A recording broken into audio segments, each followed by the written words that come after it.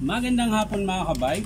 So ito po yung pangatlo ko na repair mga kabay. 39293 pa rin mga kabay. Kasamaan to sa dito 5032 kanina. Ito letter B. So yan mga kabay, gumagana po siya. Pero maingay, tsaka mahina po yung hammer. Ayan po.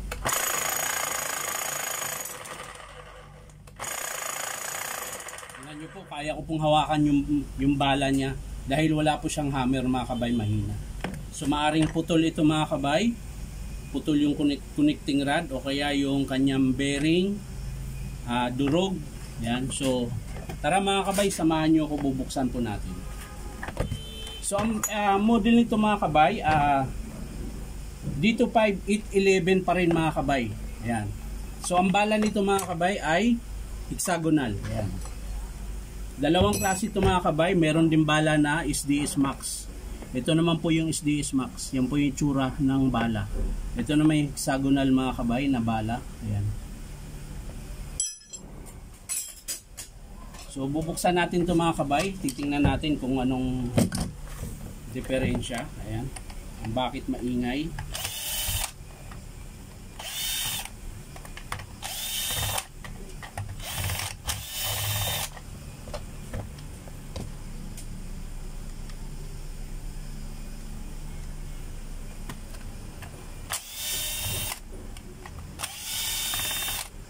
Kailangan mong buksan lahat ng mga kabay bago nyo po makalas yung kanyang spindle mga kabay. Kailangan nyo munang buksan lahat. Kabilaan po yan mga kabay.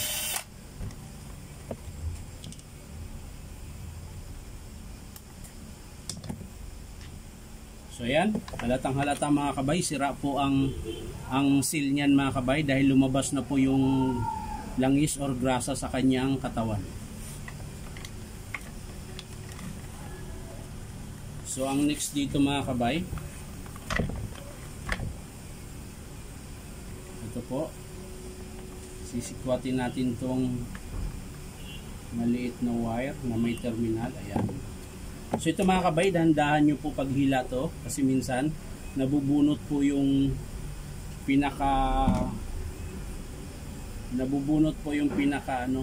yung wire niya. So kailangan dahan-dahan lang po. So ito mga minsan mga kabay, ito yung itim na yan, minsan nasisira din po yan. Minsan hindi siya gumagana. 'Di ba yung pinakita ko dati niya dito 5811 din, ayaw gumana. So ang sira nun mga kabay dito sa control module. Pero ito bihira lang po yan nasisira. Ayan. Kasi nung siguro isang beses pa lang ako nakapalit ng ganito. Nagpalit ako ng control module, hindi ko na-i-check to mga kabay. Nasira din pala. Ito.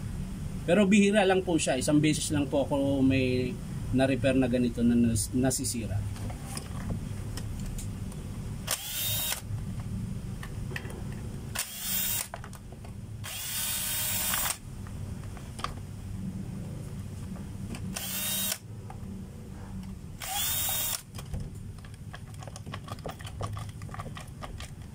Ayaw. Yun, silalim.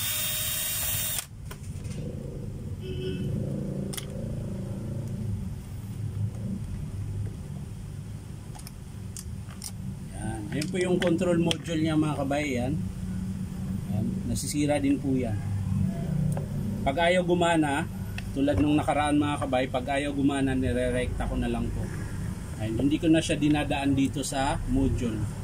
Ililipat mo lang yung wire mga kabay. Itong dalawang to, kabit mo na dito diretso.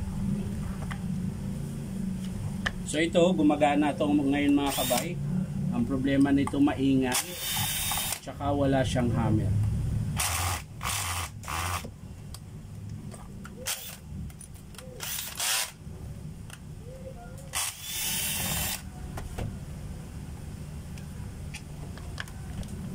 Magalaw yung camera ko Magalaw po sa yung screw ko. Wala na.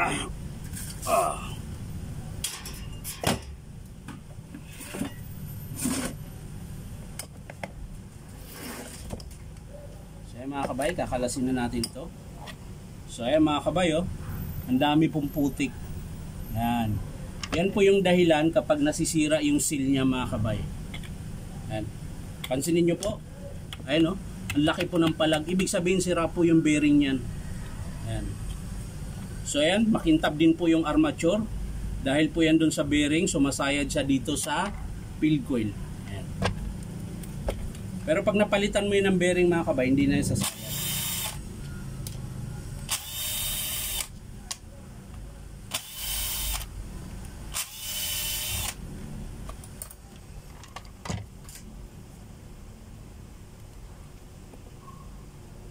So ayan mga kabay, puro putik oh. Yan. Yan yung dahilan kapag sira yung bearing. Ayun oh.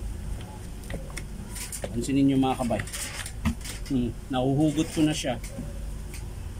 Dahil nadurog na po yung bearing. Dapat din mo siya mahuhugot ng ganun. Kailangan kalasin mo yung takip bago mo siya mahugot.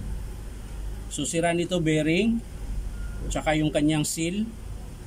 Yung armature niya mga kabay, pwede pa. Kahit medyo may lalim na, may hukay na po konti lang. So ayan. Hindi naman siya amoy sunog. So bubuksan natin to mga kabay. Ay, ito muna pala sa harap. Ito mga kabay. Kailangan buksan nyo to. Ayan. Meron lang siyang circlip dito mga kabay. Pinakalock niya. Ayan. Bago nyo po makalas. Pero syempre ingatan nyo po pagkalas nyo. Baka magtalsikan po yung bulitas. Pero pag ganito mga kabay na basa po siya, ayan, naabot po siya ng langis, hindi yan magtatalsikan. So ayan, 6 na piraso po ito mga kabay. Kaya ingatan nyo pong huwag mawala yan. Although may nabibili naman yan mga kabay, pero syempre sayang din yung pera. 1, 2, 3, 4, 5, kulang ng isa. O ayan mga kabay, kulang ng isa. Wala naman tumalsi. Ayun, meron pala. Ayun. So 1, 2, 3, 4, 5, 6, 6 kompleto po mga kabay yung bulitas. Ayan. Tapos sira din po yung seal dito. Ayan. Dapat hindi siya magkakaganyan. Ibig sabihin, ayun o, lumabas niya isang o-ring niya. Ayan.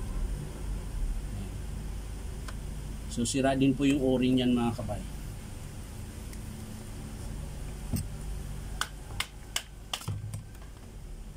Ayan, puro putik po siya mga kabay. Ayan. Saka na natin yan linisin mga kabay kapag in-approve ng customer. So kailangan din natin kalasin yung sa loob niya mga kabay para makita natin kung ano pa yung ibang sira mga kabay.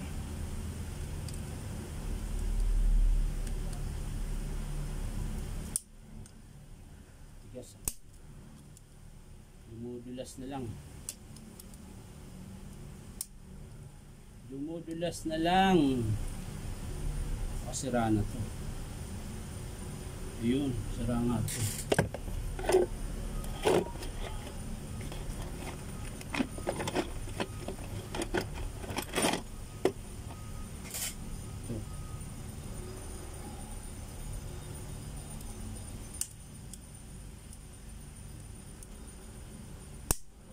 Yun. Umano din siya mga kabay.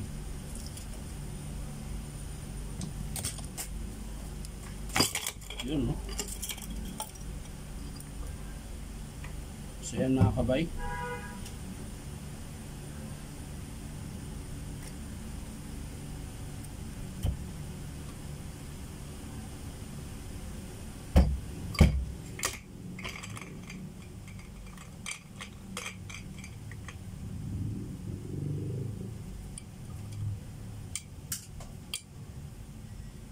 Durog po.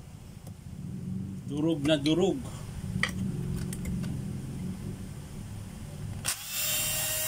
So bubuksan pa rin natin ito mga kabay bago natin siya i-estimate kung ano yung mga sira para sure ball na walang naiwan.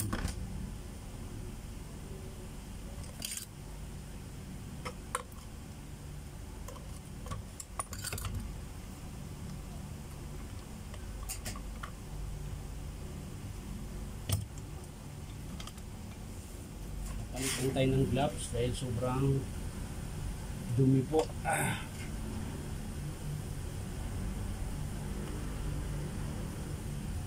Sayang. So yan mga kabay, hindi naman po bali yung kanyang connecting rod, pero maluwag na po yung lagayan ng shafting. So papalit pa rin tayo nito mga kabay.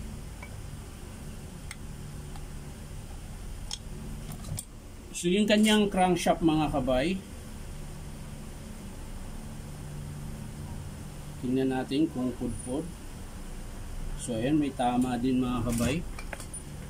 Ayun, kailangan din natin palitan yung armature mga kabay, dahil yung shafting niya po manipis na. Ayun, pati crankshaft mga kabay. So medyo madugo ito mga kabay. Medyo malaki-laki ang magagastos ito. So ayan, nakita ko na po kung ano yung sira mga kabay. Hindi ko na po ipapakita kung paano buuin. Papakita ko na lang sa inyo mga kabay kapag i-approve ng customer. So isa-isahin ko mga kabay. Armature. Bakit magpapalit ako ng armature? Dahil gumagana naman siya, umaandar. Ang problema po yung shafting niya. Pudpud po siya. Ayan. Sana po makita nyo. Ayan. Tsaka yung crankshaft niya, manipis na rin yung gear. Ayan, nakain na. Tapos yung seal. Ito po yung seal mga kabay. Sira na rin yan. At connecting rod, o-ring, tsaka yung kanyang bearing. Ayan. So ano pang iba? So wala na. Seal. Ayan. Dalawang seal dito mga kabay. Ito sa harap. Ayan. Dalawa po yan. Ito po yung seal niya, dalawa. Tsaka yung malaki. Ayan. Lagi akong nagpapalit niyan mga kabay. Ayan. So ulitin mo ko mga kabay. Armature, crankshaft, connecting rod. Ito po yung connecting rod. Tsaka dalawang seal or o-ring, tsaka isang malaki. So yan po yung papalitan natin mga kabay. Yung carbon niya okay pa mga kabay, mahaba pa. Yung field coil niya okay pa din. Ayan. So yan lang mga kabay. Hindi ko na po ipapakita kung paano buuin mga kabay. Papakita ko na lang sa inyo mga kabay kapag in-approve ng customer. So yan mga kabay, armature, crankshaft, isang seal, ayan, para dito sa cover niya, connecting rod, tatlong o-ring para sa seal niya dito sa spindle, tsaka dalawang o-ring para sa striker tsaka sa piston. So yan lang mga kabay, maraming salamat sa panunood at palike and share na rin po. At syempre po, subscribe niyo po ito ang YouTube account na Inom Tabay. So maraming salamat mga kabay, bye bye.